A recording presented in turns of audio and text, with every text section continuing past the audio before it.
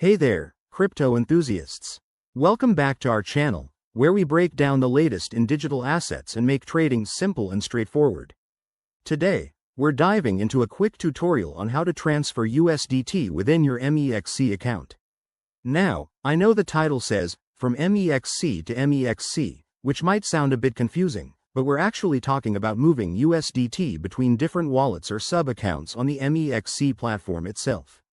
This is super useful if you're juggling funds for spot trading, futures, or even staking. We'll walk through the steps as if we're in 2025, assuming Mexc's interface might have some updates, but the core process stays user-friendly. First things first, make sure you're logged into your Mexc account. If you haven't already, head to the Mexc website or app and enter your credentials. Security is key, so double-check that you're on a secure connection. Maybe even enable two-factor authentication if you haven't.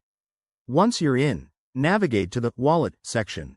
This is usually found in the main menu at the top of the page. Here, you'll see an overview of your assets, including your USDT balance across different areas like spot, futures, or margin wallets. Next, look for the Transfer or Internal Transfer option.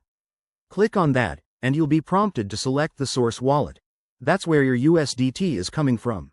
And the destination wallet, where you want it to go. For example, you might be transferring from your spot wallet to your futures wallet to start leverage trading.